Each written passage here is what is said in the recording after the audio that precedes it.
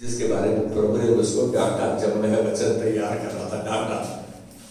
प्रभु ने मुझको बोला अपना नजरिया चेंज कर, मुझको बोला अपना सोचने का तरीका, अपना चलने का ढंग चेंज कर, नजरिया।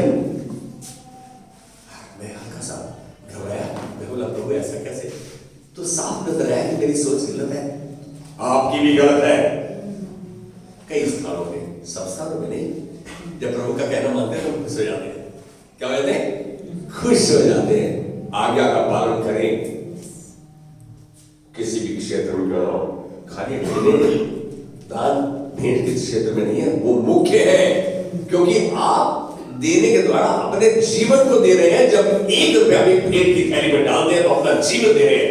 सारा दिन मेहनत करते हैं, मशक्कत करते हैं, और जब वो पैसे आपको मिलते हैं उसमें से आप उसमें डालें तो अपना जीवन डालेंगे। प्रभु मैं अपने जीवन को डाल रहा हूं, मुझे उन्होंने तेरे समूह ग्रहण योग्य है। Can you say amen with me? Amen, amen. आप में से कितने हैं जो जानते हैं कि मैं इसको उल्टा पूछ गया? कितने साल तक जिंदा रहोगे? एक जज ने किसी दूसरे को पूछा, जेठ मुलानी को पूछ लिया, कह रहे और कितनी सर्विस, कितनी और वकालत करोगे? कहते आप समझ आप ये इसको पूछो, कम मरूंगा? बहुत इंटेलिजेंट बंदा, कम मरूंगा? मैं यही पूछ रहा हूँ कितने तक जिंदा रहोगे? किसी बूढ़े से पूछूंगा, क्योंकि सभी बाकी तो पता है ये क्या यहाँ करते हैं, वहां करते हैं, आराम जा रहे हैं। परमेश्वर ने मनुष्य की एज 120 निर्धारित करी है, उससे 120 तक तो जिएगी। मैं डेजी की बात किया 120 ही जिएगी और पैसे साल के लिए देखो भाई, सुनो ध्यान से। डेजी आपने 120 साल, परमेश्वर ने आपको 120 साल के लिए नहीं लाया, वो अनंत काल के लिए लाया है। उस जीवन के लिए जिसकी आपने सोचा ही नहीं। कह रहा है ना, उससे प्रेम करने वालों के लिए पहला करते 2 का लो। उसने वो बातें चुन के रखी हैं जो उन्होंने देखी नहीं, उन्होंने सुनी नहीं, उनके चित्त में नहीं आई। तुम्हारे चित्त में कभी नहीं आया भाई, तू तो सदा के लिए जीवित रहेगी। परमेश्वर कहता है, परमेश्वर 120 साल मेरे को दिखा दो बाइबल में कहा था। 70, 80 होता है, थोड़ी और 90, 100 इससे ऊपर तो बात ही नहीं करता। लेकिन जो नए नियम में साफ कहा,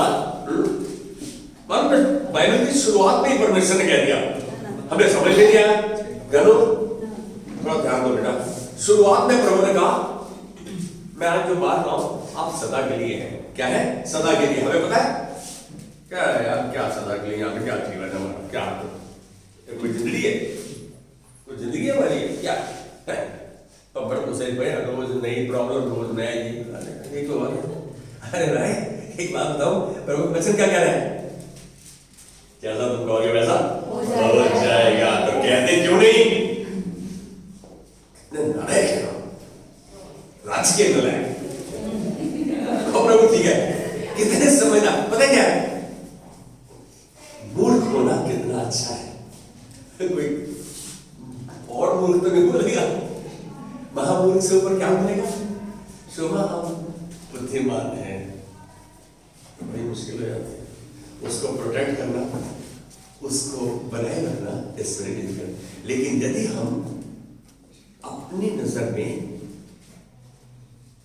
छोटे से हैं, नम्रदीन है, तो चल जाएगा। कभी कभी ऐसा दिखता है कि शायद मेरे बच्चे भी ऐसा सोचते हैं कि हमारा बाप कहता कुछ करता मुझे। बिल्कुल,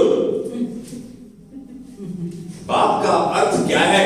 आपको करेक्ट करे, इंस्ट्रक्ट करे, गाइड करे सही समय पर। यदि आप नहीं मानते तो किस स्वरूप की बात मानते हो आप? मेरी बात समझ में बेटा। आशु तो घर में सदा के लिए बने हो तुम, ऐसे स्मार्ट हो, धुआं छोड़ दे। कितने खुश हो गए देखो है? अभी जब सच्चाई बोलूंगा तो गैस निकल जाएगी सारी। प्रभु की स्तुति हो। हम जो आज प्रभु के वचन सुन रहे हैं, हम कह सकते हैं कि हम जीवित हैं। कब तक जीवित हैं? ये प्रश्न आप जाने सदा के लिए जीवित है, सदा के लिए परमेश्वर ने अनंत काल के लिए हमें रचा है। मालूम है, ये आप यदि उत्पत्ति 1:26 देखते हैं, कहता है आओ मनुष्य को अपने स्वरूप अपनी रूपरेखा में बनाए। परमेश्वर बनता है क्या कभी? तो आप परमेश्वर की रूपरेखा, परमेश्वर के चरित्र में बने हैं, सदा के लिए बने हैं। इंटरप्रेट करना आता है, उसका अर्थ देखना आता है। मालूम है, जब मैं देख रहा था पागल हो गया, मैं बोला प्रभु तूने तो शुरू में ये बात कही, हम तो अंत तक नहीं समझ पाए, रेवलेशन नहीं समझ पाए।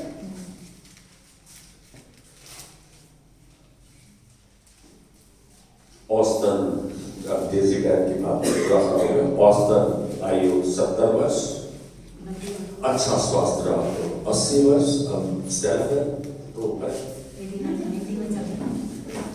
और प्रभु की असीम कृपा रही तो शायद 90 वर्ष, शायद बोलना होगा। क्या यह सच नहीं है? मनुष्य की रीति से, मनुष्य के वचन से, मनुष्य की सोच के अनुसार यही ठीक है। अभी तक मैं प्रभु की सोच को नहीं लाया। दूसरा पहले कह रहे 26 दिन कहते हैं उससे तुमको अपने स्वरूप, अपनी रूपरेखा, अपने चरित्र, अपने जैसा बनाया है, तो फिर आप में क्या कमी है? कमी हमारी सोच में है।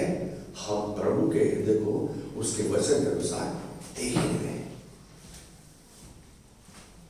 भजन संहिता 90 का 10 इस बात को पक्का करता है।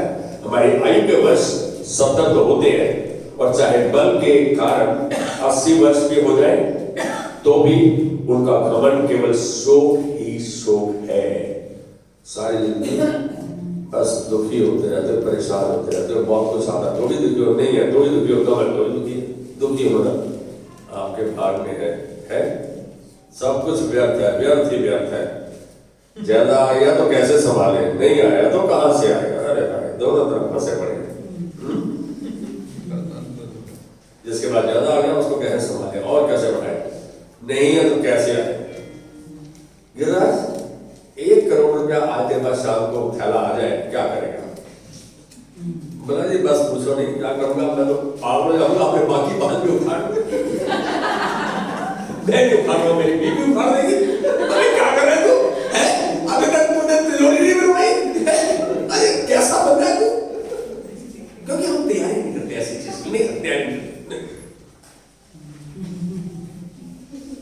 मेरे बच्चे कई बार देखते हैं बाप बहुत खुश है, बाप के पास बहुत खुश है। एक बच्चे प्रश्न आगे में मेरे दिखाता है, ये जी मैं क्या प्रश्न था? किसने कहा? अरे खोल के कहो, मैं खोल के कह रहा हूं ना, वचन प्रभु के वचन को खोल के समझे। मालूम है, सुनो डेजी, यही है।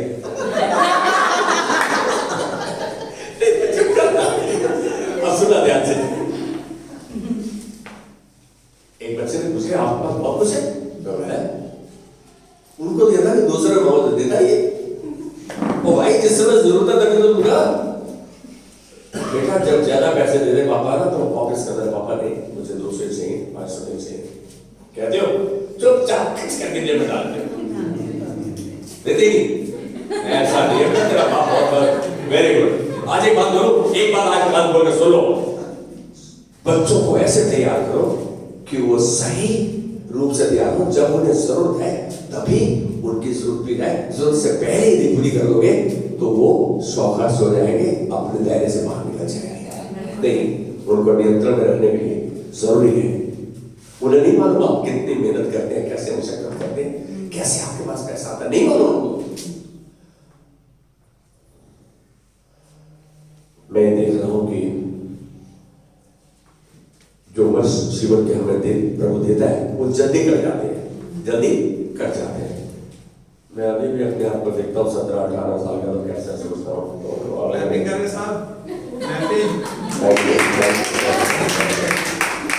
17-18 साल की उम्र में भी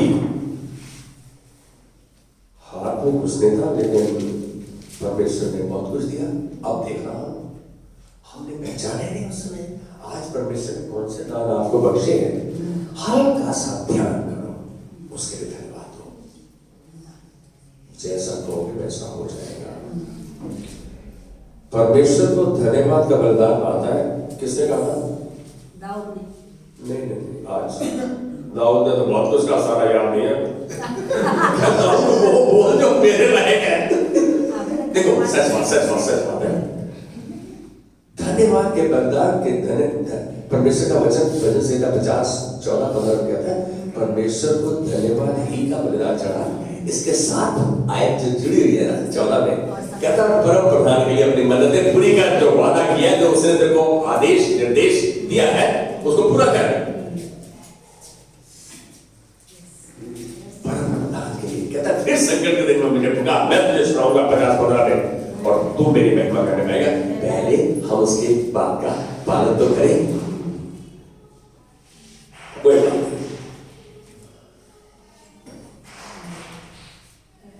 हमारे दिन कटते जाते हैं, बीतते जाते हैं। हम इस कितने हैं जो अपने अमीर स्वस्थ बड़े ऊंचे पद पर घमंड करते हैं। बहुत है, एक टाइम पर घमंड आ ही जाता है, फर्स्ट क्लास पति मिल जाए, है ना, अच्छी पत्नी मिल जाए, कार मिल जाए, टीवी मिक्सी इम्पोर्टेड मिक्सी आ गई, मोटर कार में हो जिसे सोना दस्ता जाए तो ये आशा करे बुराई कि बिट्टू बन गया। किसी दिन जब हम इकट्ठे बैठेंगे तो ये सुनाऊंगा आपको, हम सब वही हैं। मैं इस बात को कहूंगा कि ये बात सत्य ही है कि जो भी दिन गुजरते हैं हम, हमारे पास तनाव दबाव परेशानियां ये हमारे इर्द गिर्द नाचती रहती हैं, क्योंकि वचन हमारे अंदर नहीं है, इसलिए हम उसकी सामर्थ को महसूस नहीं करते। हम यदि भजन संहिता 103:14 देखें, देखो घमंड तो हम सब में है, कहीं ना कहीं तो हम घमंड करते हैं, मैं ये हूं, मैं वो हूं, है कहीं ना कहीं तो है। कभी मैं किसी को चैलेंज कर दो, मेरे को अरे बासा तो आप हो ना, बात है 10 कर लिया, कितनी अच्छी बात है। और तू है कौन है? कई बार हमारे जब अहम को कोई चुनौती देता है तो हमारा असली अस्तित्व बाहर निकल के आ जाता है। मैं राइट सुना बेटा? कार में जा रहे हैं ना और कोई आगे आ जाए, अबे तेरा दिमाग खराब है, कहाँ आ गया मरेगा यार। सच में मेरे सामने एक बंदा बैठा था बड़े नगर रेड लाइट पे, गाड़ी देख लेगा, उसने मेरे साथ जो बैठा था, मैं तो प्रोग्राम से गाली दे रहा, क्या चक्कर है, कह रहे ये मरेगा तो मेरे को मार देगा पहले। हमें अपना फिक्र पहले है। भजन संहिता 103:14 कौन पढ़ेगा? मैं चाहूंगा कोई दृढ़ बंदा पढ़े, क्योंकि वह हमारी सृष्टि जानता है। एक मिनट पता लगे भाई बोल रहे हैं उठो, क्योंकि वो हमारी सृष्टि जानता है। कौन? परमेश्वर। ध्यान रखना इसमें। हाँ, और उसको समझ रहता है कि हम मिट्टी ही है। नहीं है उसको मनुष्य मिट्टी ही है। अच्छा पता है तेरे ये बात हमारी जहन में नहीं आती है, मट्टी है, बेकार है, शून्य है, जीरो है।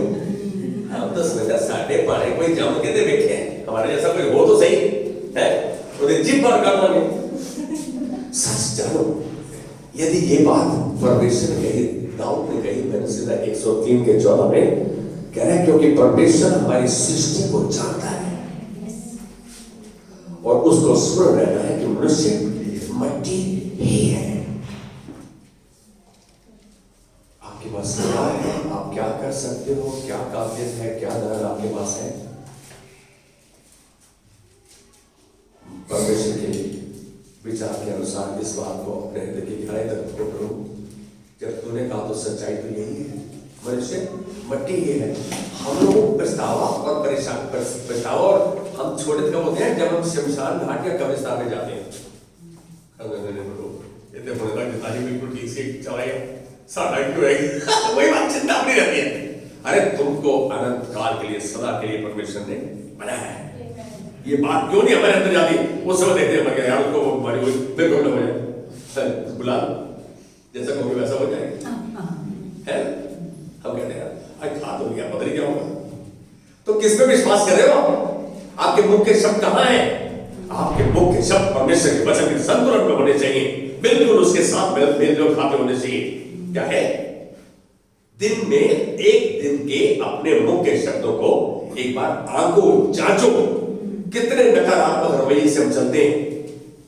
कहते नहीं तो सोचते हैं, सोच में इतना पत्थर उठा के मार देते हैं। आज्ञाकारिता के द्वारा दर्शाए थे। यहाँ परमेश्वर ने तो सच्चाई दर्शा दी।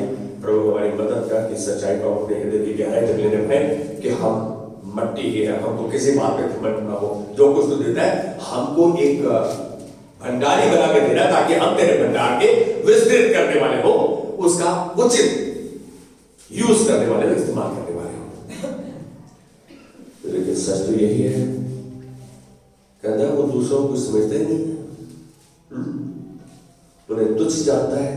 क्या जानता है? जैसी बात कभी कभी ऐसा हो जाता है, दूसरों को तुच्छ जानते हैं, बड़ी बात कैसे हो गया। लेकिन हम सब के साथ ऐसा है, एक के साथ नहीं। सॉरी डिजिटल किसी का नाम बोलो प्लीज, अपने ऊपर बात नहीं ले, माफी चाहता हूँ, क्योंकि मेरे सही शब्द भी गलत असर कर सकते हैं, ये मैं जानता हूँ, इसीलिए माफी मांगता हूँ भाई। यदि आप तक वो वचन उस हिसाब से नहीं पहुंचा, आपकी एक्सपेक्टेशन के हिसाब से नहीं पहुंचा, वो मैं कहूंगा भी नहीं।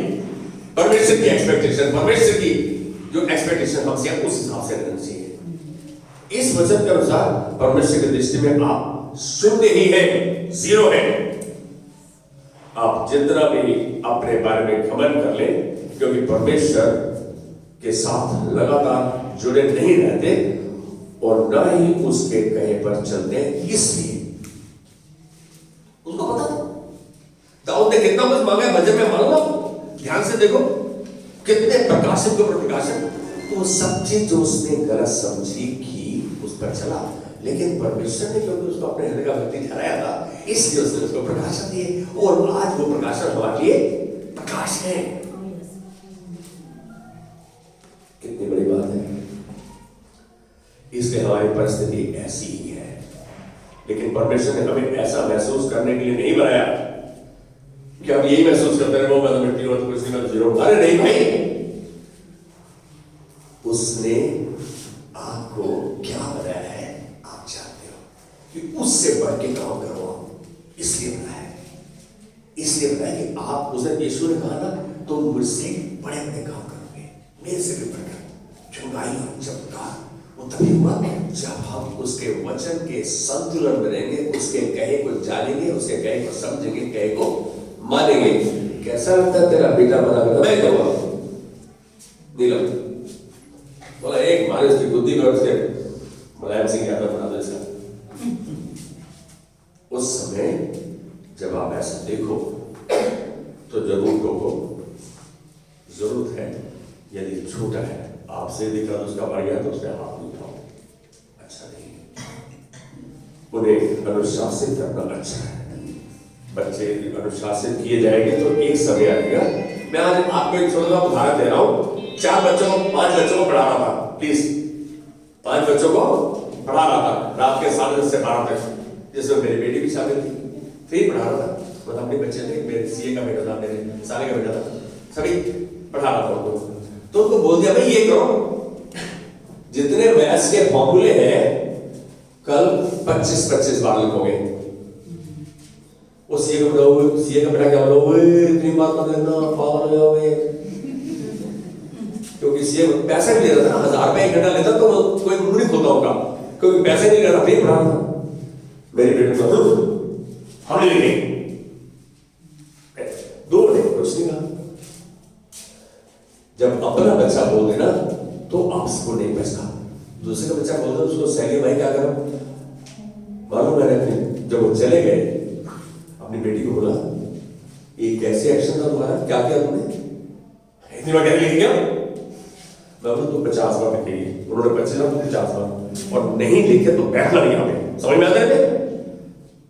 आगे से मना किया ना, पंखे में लगा दूंगा। पता क्या है, आप उसको सुधार नहीं करते। कई सालों के बाद जब वो टीचर लगे, एक दिन आराम से बैठी है, कह रही है उस दिन बड़ा बुरा लगा, सड़ भर गया अंदर से। कह रहे लेकिन आज अच्छा लगता है, सोते हुए कोई फॉर्मूला पूछता तो एकदम मुंह से वही निकलता है, अरे जो अंदर से आएगा वही बात आएगा। आज एक बात करो, मेहनत करो, आपके बड़े कुछ कह रहे हैं, आपके टीचर कुछ कह रहे हैं, आपके पापा मम्मा कह रहे हैं, आपको गलत दिख रहा है ना, अरे प्रभु के हाथ में दो ना, उनका कहना मानो, क्या परेशानी है। हम कैसे माने, आपको बहुत ज्यादा जानते हैं। आप को बुद्धिमान न समझे। यिर्मयाह 9:23 में परमेश्वर कह रहा है कि धनी अपने धन पर, बुद्धिमान अपनी बुद्धि पर, बलवान अपने बल पर घमंड न करे। घमंड करे तो केवल एक बात पर करे कि वह मुझे जानता है और समझता नहीं है, क्योंकि परमेश्वर के भले कार्य को रचता है हमारे, वो इन्हीं चीजों से, न्याय के कार्यों से प्रसन्न होता है। ये बात हमारी समझ में नहीं आती। मैं भी कई बार गलतियां करता हूं, मैं नहीं कह रहा कि मैं बिल्कुल ठीक हूं, लेकिन एक बात जानो, हम अपने शासकीय अधिकारियों के अंतर्गत रहें, बच्चे माँ बाप के अंतर्गत रहें। सुने, परमेश्वर की बात हम तब मान रहे हैं कि अपने माँ बाप की बात भी मान रहे हैं। तो तेरी बात समझ रहे? कितनी बार पता लगता है मनोज मम्मा ऐसे किरकिर करते हैं, माँ के बाद में किरकिर करने की, माँ सच भी बोले तो दिखता गया। देखा, आज एक बात हो, मैं कह रहा हूं कि आपके पास समय रहता है, आप उस समय हाथ करो, रात को प्रार्थना करो, 2-3 दिन प्रार्थना करो, परमेश्वर आपकी अगुवाई करेगा और आप दोबारा, ऐसा तो नहीं है उनके पास नहीं जा सकते। हम तो उसी समय सेटल करना चाहते हैं चीजों को। अभी भी तेरा दिमाग खराब ही है मेरे साथ, आज से 25 साल पहले भी तेरा दिमाग है, मुझे तो सुंदरी। अरे सोचे, अपनी माँ को बोले तेरा दिमाग खराब है, और प्रभु खराब करने का तो क्या होगा, जब एल्जाइमर डिजीज हो जाएगी तो क्या करेगा है उसको? हे प्रभु, अरे तूने कहा मैं चंगा करने वाला, भाई आप कहा, मैंने कह दिया मुझे चला दिया ना। आज मैं जो आपसे वचन बांट रहा हूं, ये कह रहा हूं, अपने मुख से शब्द तुले हुए निकाले। दाऊद बेवकूफ नहीं था। 141:3 में कहता है, मेरे मुख पर पहरा बिठा, मेरे होठों की रखवाली कर। आज लोग तो बहुत बोलते हैं, बोलते ही जाते हैं, एक बार मैं डाला तो छोड़ते ही, सॉरी, उसको रचा इसलिए। यहां हमें दिख रहा है कि हमें ऐसा महसूस करने मिला, समुपदेशक 3:11 में वचन सच्चाई को बताते हुए उत्साहित करता है। क्या कहता है? अनंत काल का जीवन रूपी बीज तो प्रभु ने हमारे हृदय में बो रखा है।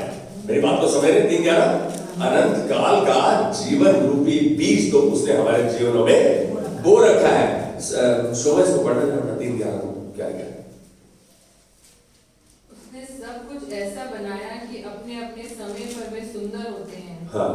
फिर उसने मनुष्यों के मन में अनादि अनंत काल का ज्ञान उत्पन्न किया है। क्या बात है! अरे जिंदा रहोगे तो ज्ञान तुम्हारे मुंह से निकलेगा। आप अनंत काल के लिए रचे गए हैं। इस बात को यदि कहता है ना कोई, कहाँ है ये जो कोई यहाँ है? यार हमें तो सच बताओ, कई बार वचन ऐसा जागृत होता है कि आपको दिखता है तो मुझे पहले कभी दिखा ही नहीं। आपके अंदर बुद्धि और ज्ञान का दाट अनंत काल के लिए परमेश्वर ने डाला है। जिंदा रहोगे तो उसको, जब तक जिंदा तब तक इस्तेमाल करो। यस। तो अभी जो काम परमेश्वर ने किया है वह आदि से अंत तक मनुष्य समझ नहीं सकता। क्या बात है! अभी नहीं समझे, लेकिन आज समझ गए। प्रभु तूने हमें अनंत काल के लिए, जीवन के लिए रचा है, सदा के लिए रचा है। तूने तो उसके लिए बुद्धि और ज्ञान का दान तक हमें दे दिया है। भली और बुरी बात की समझ दे दिया हमें। कितना अच्छा लगता है कि परमेश्वर ने जितना कुछ दिया, मैं उसका कितना इस्तेमाल कर रहा हूं। मुझे माफ कर प्रभु।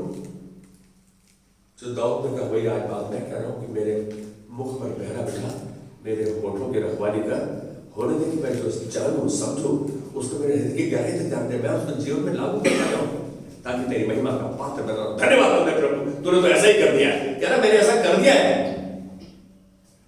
हम क्या कर रहे हैं उसका? प्रभु ने हमारे हृदय में जो वो रखा है, और अनंत जीवन की चर्चा तो पवित्र शास्त्र में काफी बार की गई है, बहुत बार की गई है। उत्पत्ति 1:26 को देख लेते हैं। इसके द्वारा हम जानते हैं कि परमेश्वर ने हम सबको अपने स्वरूप में, अपनी रूपरेखा में बनाया है, ताकि आप अनंत काल तक जिए। इसलिए बनाया कि आप अनंत काल तक जिए। और इसी बात को जो परमेश्वर ने शुरू में कहा, समुपदेशक में कह दिया। सबसे बुद्धिमान व्यक्ति पृथ्वी पर कौन था? पृथ्वी सुलेमान। परमेश्वर उसको दान दिया, कहता है बुद्धि और ज्ञान का दान तुझे दे देता हूं, और जो तूने नहीं मांगा वो भी तुझको देता हूं। इतना देता हूं कि तेरे जीवन काल तक तेरे सामने कोई इतना अमीर नहीं हुआ उसके समझ में। ये मत कहो कि मेरे को को सुलेमान जैसा अमीर बना, सुलेमान से भी अमीर बना। उसकी नजदीकी में आओ ना, उसका कहना मानो, प्रभु मैं तेरा कहना मान रहा हूं। अब जब तूने कहा, तूने तो सुलेमान से पूछा, प्रभु तूने कहा मांगो तो तुम्हें दिया जाएगा, खटखटाओ तो तुम्हारे खोला जाएगा, ढूंढो तो तुम पाओगे। आप मांगो तब जब थोड़ा कहना भी मानो। प्रभु मैं तेरा कहना मानो नहीं मानो, मैं सुनो नहीं सुनो, तू सुनता है। ये हो रहा है, यही तो हो रहा है। प्रभु मेरे को माफ कर, मेरी तो परिस्थिति ऐसी होती है, तू तो जानता है मैं झूठा हूं। किसने कहा झूठ बोलो? परमेश्वर का वचन नीति वचन से में कहता है परमेश्वर को कुछ बातों से नफरत है, घृणा करता है। कह रहा प्रभु मेरे साथ है, कह रहा प्रभु मेरे साथ है। घमंड से भरी आंखें और झूठ बोलने वाली जो जीभ, परमेश्वर उससे नफरत करता है, पसंद नहीं। और फिर प्रभु का आपके साथ है। सुबह बेटा किसी बंदे को आप बिल्कुल लाइक नहीं करता, वो बंदा बदतमीज है, तो क्या आप उसको नजदीक फटकने दो? बिल्कुल नहीं। हम कैसे कह रहे हैं प्रभु तेरा धन्यवाद मेरे साथ है, मैं झूठ बोल रहा हूं। सच बात तो यही है, लेकिन परमेश्वर हम पर लगातार अपनी करुणा बनाए रखता है। वो दयालु कृपालु विलंब से कोप करने वाला। कल मैंने एक वचन देखा, कह रहा रोज बराबर गुस्सा करेगा। अरे मैं पागल हो गया, हमने यही वचन याद था कि विलंब से कोप करता है, रोज गुस्सा करेगा वो। अरे भाई कैसा करेगा? रोज का कोप करके हम सोच लो है ये तो हमारे अंदर नहीं प्रभु तुम ऐसा नहीं कर सकता। क्यों? तुम कर सकते हो। जैसा बीज डालोगे वैसी फसल आएगी, ध्यान दो इस बात को। दूसरा कुरिन्थियों 5:1 इस बात को प्रेरित पौलुस समझा रहे हैं हमें। दूसरा कुरिन्थियों 5:1 में कि जब यह जीवन रूपी शरीर जिसमें हम इस पृथ्वी पर रहते हैं टूट जाता है, खत्म हो जाता है, तब परमेश्वर के पास हमारे लिए स्वर्ग में घर है, जो परमेश्वर ने स्वयं हमारे लिए बनाया है, जो अनंत काल तक रहेगा। एक बार फिर क्या है, आपको ये मालूम हो भाई, जब आप जीवन की यात्रा पूरी करोगे तो फिर आप ऐसे अनंत काल के उस घर में रहोगे प्रभु के साथ। इस बात की रचना, इस बात की चर्चा यदि आप यूहन्ना के 14वें अध्याय में देखो, मेरी बात को समझ रहे? यूहन्ना के 14वें अध्याय में देखो, कहते हैं घबराओ नहीं। थोड़े से तुम उत्सुक हो रहे हो, थोड़े से बहुत बुरा महसूस कर रहे हो कि मर गया है। कह रहे हैं मैं जाता हूं तुम्हारे लिए घर को बनाता हूं, तो आपके लिए तो अनंत काल का घर है। हम तो यहीं पे कोठी बन गई, यहीं पे भाई अभी तक तो कोई आया तो मनुष्य की नजर में चला गया, लेकिन हम कह रहे हैं कि देह में अनुपस्थिति परमेश्वर के संग उपस्थिति, absence in the body is presence before the Lord, 2 Corinthians 5:8। आप इस बात को जानो, यदि परमेश्वर ने कहा है कि आप अनंत काल तक जीवित रहोगे, अनंत काल तक बने रहोगे, तो वो अपने पास रखेगा, तभी अनंत काल तक बने रहोगे। अभी इसलिए कि जब तक हम इस जीवन में यहां है तब तक उस अनंत काल के घर में नहीं गए, तब तक नहीं गए, क्योंकि आप सामना कर रहे हो उन चीजों का जो आपको भरमा भी नहीं है, आपको ललचा भी नहीं है।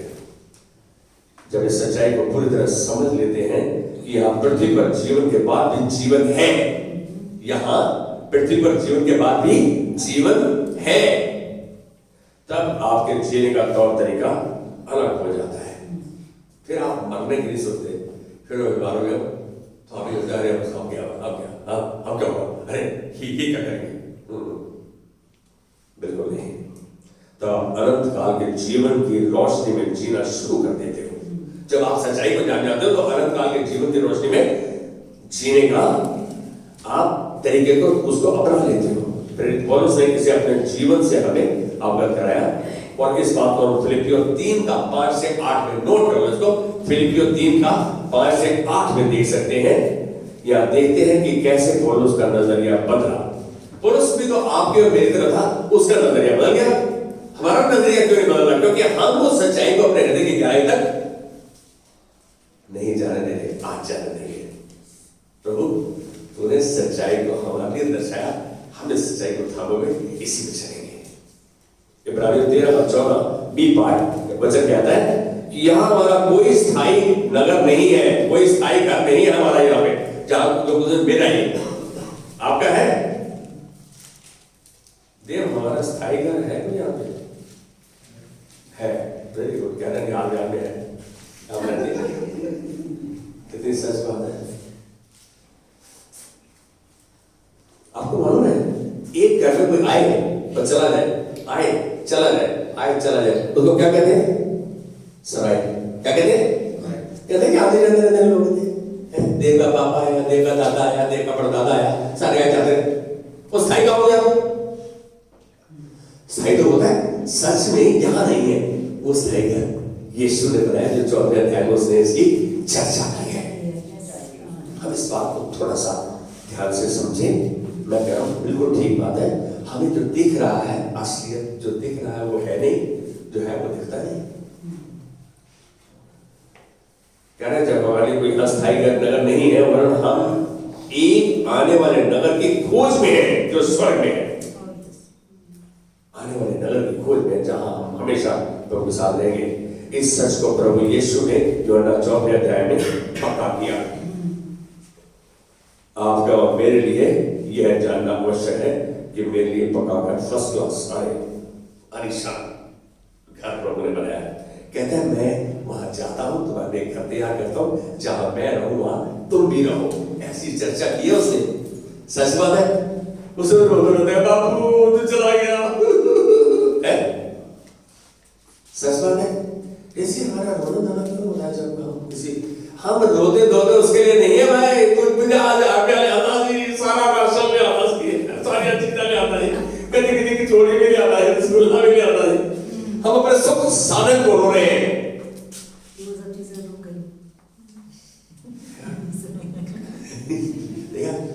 देखा के नाम से किसका मन कोई बात नहीं। मैं अभी ये संसारी चीजें जो हमारे उदाहरण मिल जाते हैं कि हमें किसका ज्यादा ख्याल करना है, ये जानना हमारे लिए अति आवश्यक है। पहला यूहन्ना 2:17 कह रहे हैं कि संसार में उसकी लालसाएं, अभिलाषाएं दोनों मिटते जाते हैं। लालसाएं और आशाएं दोनों मिटते जाते हैं, पर जो परमेश्वर की इच्छा पर चलता है वह सदा जीवित रहेगा, सर्वदा बना रहेगा। मेरी बात को समझो, उसको कोई परेशानी नहीं है। मैं किसी एक सफल जीवनी को पढ़ रहा था, ओरल रॉबर्ट की सफल जीवनी को पढ़ रहा था। कह रहे कि जब वो उसका पापा उसकी डेथ हो रही थी, उसको पता था, कह रहा अपने बच्चों को बुलाता, कहता मैं जाने वाला हूं, उन सबके ऊपर मरने से पहले हाथ रखा और उनको आशीष बोली उसने। कहता है जिंदगी थी उसने आशीष की, मरते हुए भी आशीष करके गया। ये बात इसके लिए आपने रचा है, परमेश्वर ने रचा आपको मालूम है। आप प्रभु के उस परमानेंट घर में जा रहे जो उसने आपके लिए बना रखा है। आप सदा के लिए हो। मैं कह रहा हूं आज आप सदा के लिए हो। या तो थोड़ा सा पेट में दर्द रहता है, परेशान हो जाते हैं, बस कुछ हो गया, बस आप पता नहीं क्या हो जाएगा, कुछ नहीं होगा। आज जो गुरु ने शेयर किया, आप प्रभु के देह में, प्रभु के लहू में सहभागी होते हो। और दूसरा वचन में उसके साथ जुड़ रहा है यूहन्ना 15 के साथ, क्या यदि तुम मुझे बन रहे हो, इसका मतलब लगातार मेरे साथ जुड़े रहो, मेरी बातों को जानते रहो, समझते रहो, मानते रहो।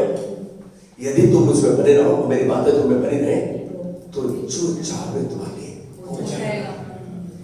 भाई प्रभु ने वादा किया तुम मेरे साथ रहोगे जहां मैं रहूंगा, यीशु मसीह ने, तो भाई रहोगे। फिर क्या डरना है? फिर क्यों डर रहे हो मरने से? मेरे साथ तुम्हारे साथ मसूरी में, लेकिन उसके बाद तो फिर तंदुरुस्त हो गया दोबारा। ऐसा था भाई मैं मर जाएगा, रात को तो बस आज अंधा हो रहा। लेकिन एक बात जान लो, जो प्रभु ने आपके लिए रचा है ना, वो अद्भुत है, आपकी सोच के बाहर है। आपको वो आशीष का स्रोत बनाना चाह रहा है, आपको भंडारी ठहरा है, मैनेजर ऑफ हिज रिसोर्सेज, अपने स्रोतों का भंडारी ठहरा है कि भाई वो उसने कितना बड़ा भंडार दे दिया, उसमें से दूसरों के पास जाए।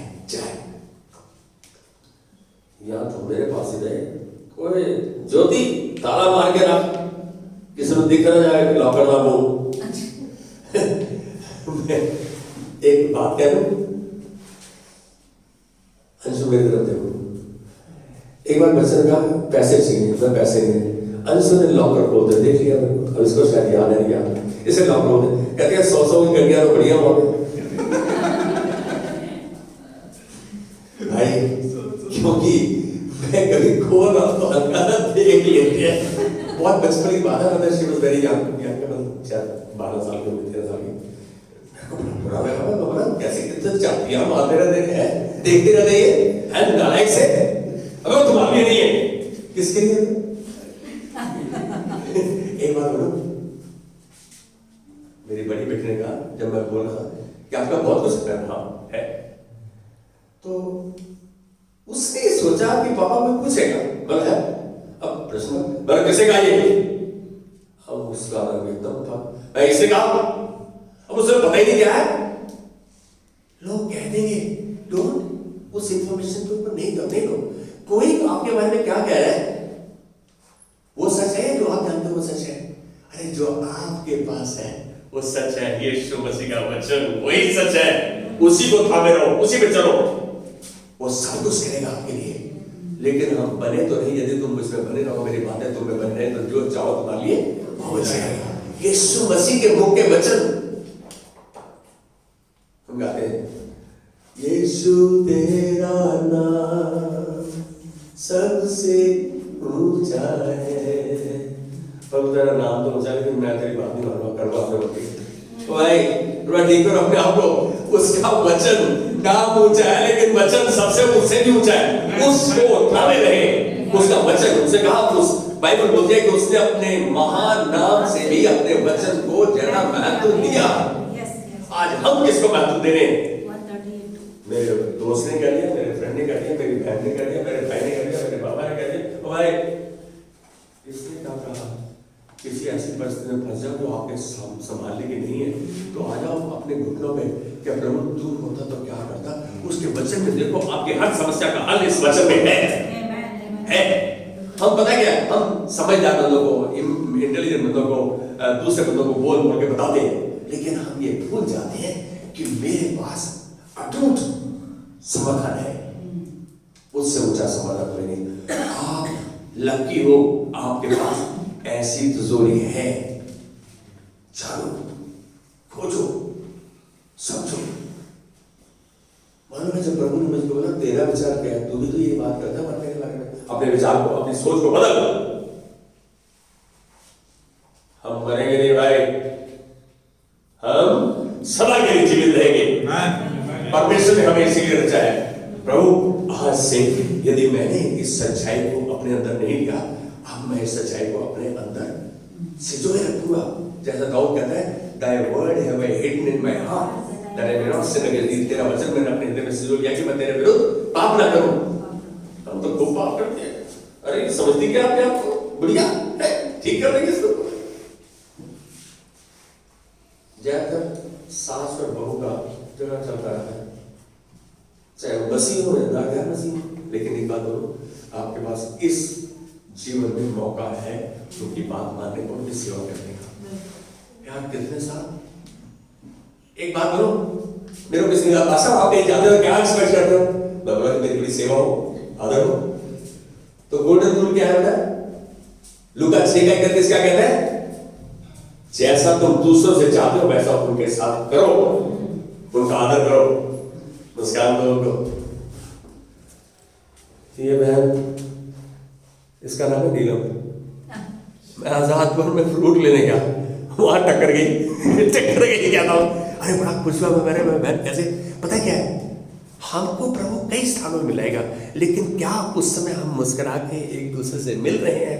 हल्का सा अपने मन में कह रहे हैं, प्रभु जहां जा रही है इसको आशीष कर, वहां भी इसको आशीष का स्रोत ठहरा। कहीं कमी घटी है, गलती किया तो प्रभु आज तेरा दास दरार में खड़ा होता हुआ माफी मांगता है। क्यों नहीं हम उसके पास आ जाते हैं हर परिस्थिति में, चाहे वो भली हो या बुरी हो। हम उसके पास तो आते नहीं, बड़े बुद्धिमान लोग आसमान में, बिजनेस में ये हो बड़ा, अरे सबसे बुद्धिमान व्यक्ति आपके पास है जिसका नाम यीशु मसीह है।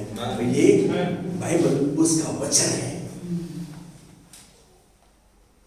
परमेश्वर ने जब यूहन्ना रचित सुसमाचार लिखा अपने दास के द्वारा, तो उसे साफ लिखा कि आदि में, जब इस सृष्टि की शुरुआत भी नहीं हुई थी, आदि में वचन था, वचन परमेश्वर के साथ था, वचन परमेश्वर था।